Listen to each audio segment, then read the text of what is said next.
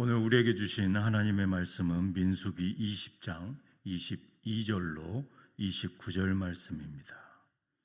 민수기 20장 22절로 29절입니다.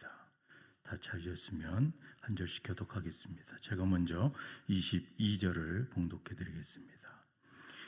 이스라엘 자손 곧 온 회중이 가데스를 떠나 호르산에 이르렀더니 여호와께서 에돔 땅 변경 호르산에서 모세와 아론에게 말씀하시니라. 이르시되 아론은 그 조상들에게로 돌아가고 내가 이스라엘 자손에게 준 땅에는 들어가지 못하리니 이는 너희가 무리바 물에서 내 말을 거역한 까닭이니라.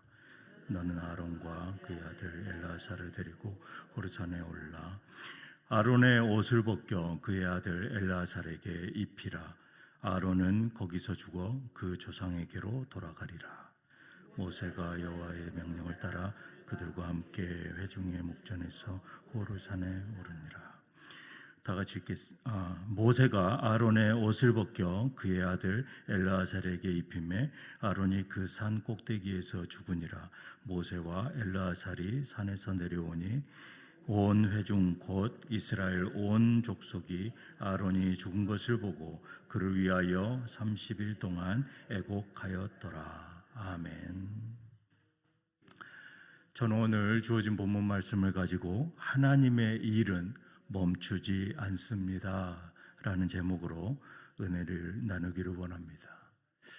오늘 본문은 이스라엘 광야 여정 중에 하나님의 위대한 지도자 중에 한 사람인 아론이 그의 생을 마감합니다. 이 하나님의 명령에 따라서 모세와 아론 그리고 아론의 아들 엘르아살은 호르산에 오릅니다. 그곳에서 아론은 제사장의 거룩한 옷을 벗고 모세는 그 옷을 아론의 아들 엘르아살에게 입힙니다. 그리고 아론은 산 위에서 조용히 하나님께로 돌아갑니다. 아론은 어떤 사람입니까? 이 이스라엘의 첫 대제사장으로서 출애굽의 순간순간마다 또 광야의 모든 여정을 백성과 함께하며 또 하나님 앞에 섰던 인물입니다. 그가 이 약속의 땅 가나안을 눈앞에 목전에 두고 하나님 앞에 정해진 그 때에 그의 사명을 멈추게 됩니다. 그의 죽음은 단순히 한 사람의 인생이 끝난 것이 아닙니다. 그것은 하나님의 구원 역사가 한 세대를 지나서 다음 세대로 나아가는 중요한 전환점에서 우리의 인생의 유한함과 또 그 가운데서도 하나님의 사명은 계승됨을 우리에게 시사하고 있습니다. 24절에 보니까 아론은 그의 조상에게로 돌아가니라. 그는 내가 이스라엘 자손에게 준 땅에 들어가지 못하리니. 24절 말씀은 하나님의 단호하시고도 차분한 명령으로 시작되어집니다. 출애굽한 이 백성을 모세와 함께 40년 동안 이끌었던 그 헌신한 아론, 애굽에서의 그 10가지 심판의 현장, 그리고 시내산 아래에서의 그 많은 또 성막에서 이스라엘 백성의 죄를 위해 속죄 제사를 드렸던 그 초대 대제사장 아론이 가나안 땅에 들어가지 못한다. 이게 하나님의 선포인 것입니다. 그 이유를 말씀하시는데 24절 하반절에 이는 너희가 무리바 물에서 내 말을 거역한 까닭이니라. 민수기 20장 상반절에 가데스의 그 무리바 물 사건에서 하나님께서는 모세와 아론에게 말씀하십니다. 8절에 지팡이를 가지고 내 형 아론과 함께 회중을 모으고 그들의 목전에서 너희는 반석에게 명령하여 물을 내라 하라. 내가 그 반석이 물을 내게 하여 회중과 그들의 짐승에게 마시게 할지니라 라고 하나님께서 명령하십니다. 모세와 아론이 백성들을 모으고 모세가 그 지팡이로 반석을 2번 쳤고 물이 솟구쳐 나와 백성과 그들의 짐승들이 다 그 물을 마셨습니다. 그러나 하나님께서는 12절에 모세와 아론에게 너희가 나를 믿지 않고 이스라엘 백성들 앞에서 나를 거룩한 자로 높이지 않았다. 모세와 아론이 하나님을 믿지 않고 감정에 휘둘려서 하나님의 거룩함을 나타내지 못했던 것, 하나님께서는 책망과 징계로 아론이 그 땅에 들어가지 못한다라는 것입니다.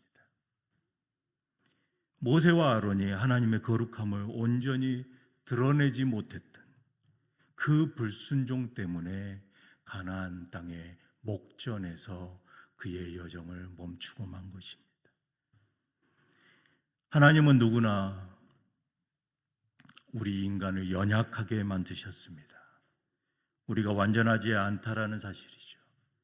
아무리 위대한 사역을 감당하는 오랜 신앙의 경력을 쌓았다 할지라도 우리의 자신의 힘으로는 결코 하나님 나라의 그 기준에 이를 수 없다라는 것입니다. 오직 하나님의 은혜만이 우리를 살게 합니다. 그리고 하나님의 그 은혜만이 하나님의 일을 감당할 수 있게 하는 것입니다.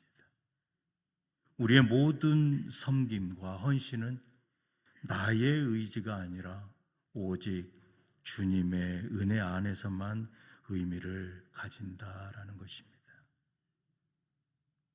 하지만 사명은 계속됩니다. 28절로 29절에 모세는 아론의 그 제사장의 옷을 벗깁니다.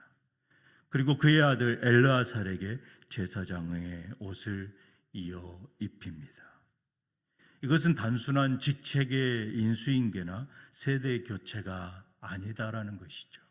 이것은 하나님의 거룩한 사역이 한 인간의 유한한 생명에서 그치는 것이 아니라 그것을 뛰어넘어 다음 세대로 흘러가는 거룩한 계승의 순간인 것입니다.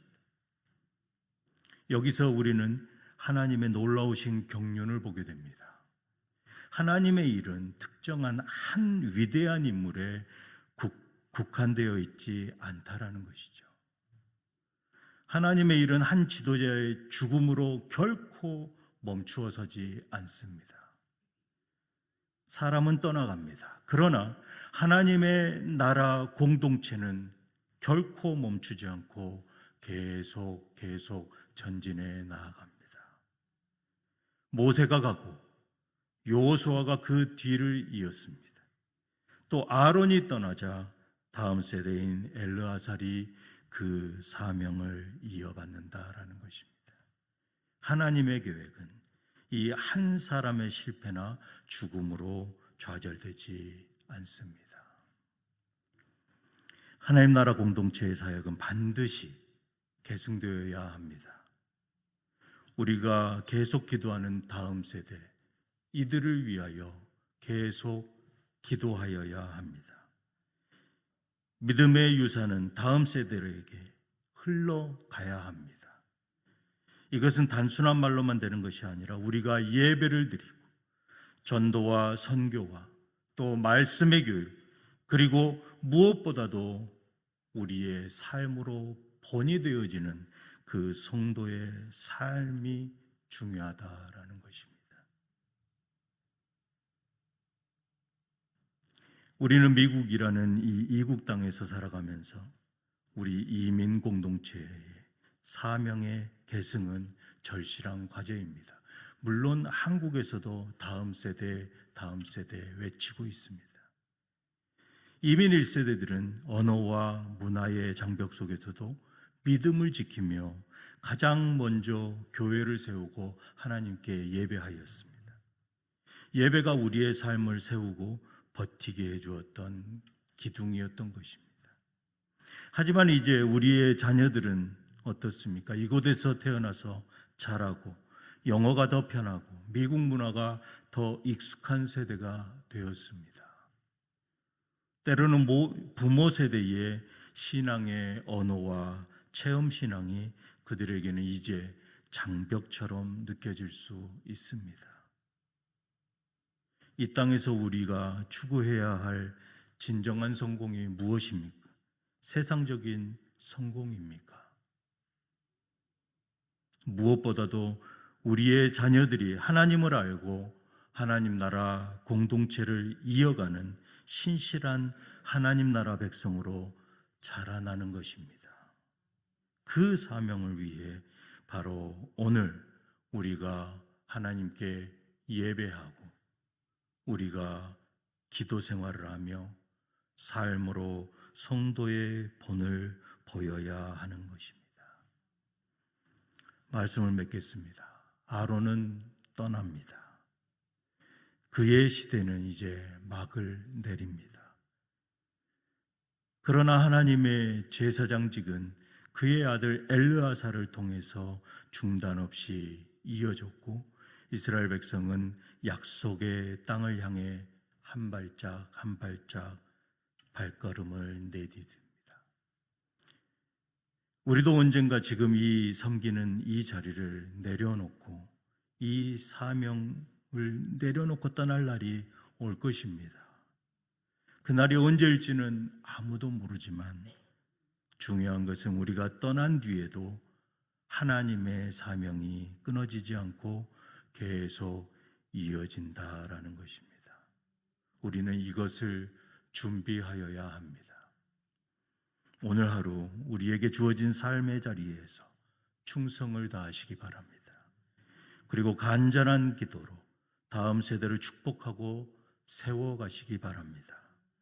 우리의 유한한 삶을 통해서 하나님의 영원한 사명이 아름답게 계승되어지기를 주님의 이름으로 축복합니다. 기도하시겠습니다. 사랑의 하나님 아버지, 감사합니다. 우리의 인생이 너무나 짧고 유한합니다. 때로는 연약하고 부족하여 넘어질 때도 많음을 고백합니다. 그러나 하나님의 일은 결코 멈추지 않음을 믿습니다. 특별히 다음 세대를 위해 기도합니다. 우리의 자녀들과 젊은이들이 믿음 안에서 굳건히 서게 하여 주시고 이전 세대의 그 신앙의 귀한 유산을 기쁨으로 이어받게 하여 주시옵소서. 우리의 가정과 우리의 교회가 이 사명을 계승하는 거룩한 통로가 되게 하여 주시옵소서. 우리 주 예수 그리스도의 이름으로 기도드리옵나이다. 아멘.